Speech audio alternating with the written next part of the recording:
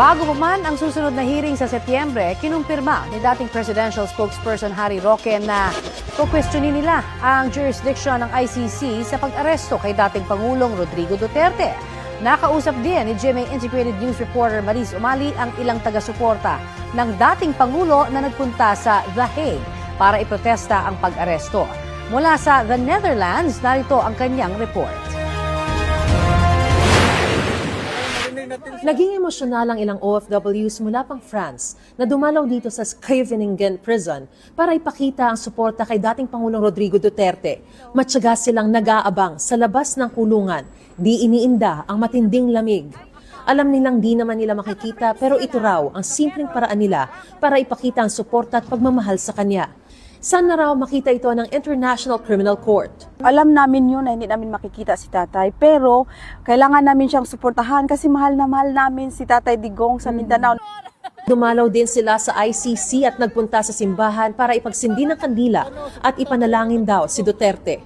Babalik daw sila sa March 23 para dumalo sa Malawakang Rally at may pagdiwang din ang kaarawan ni Duterte sa March 28. Mapakinggan ng ICC yung boses ng mga Pilipino.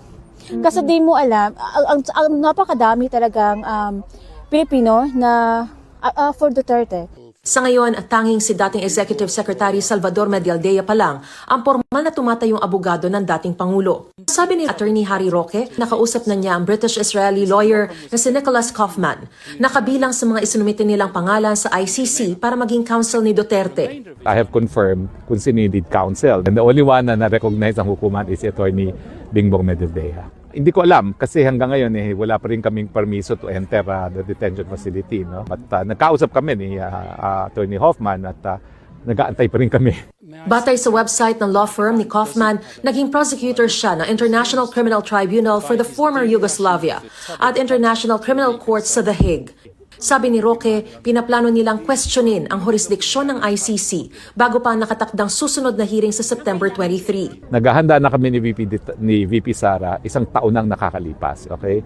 And everything that we expected to happen, in fact, happened.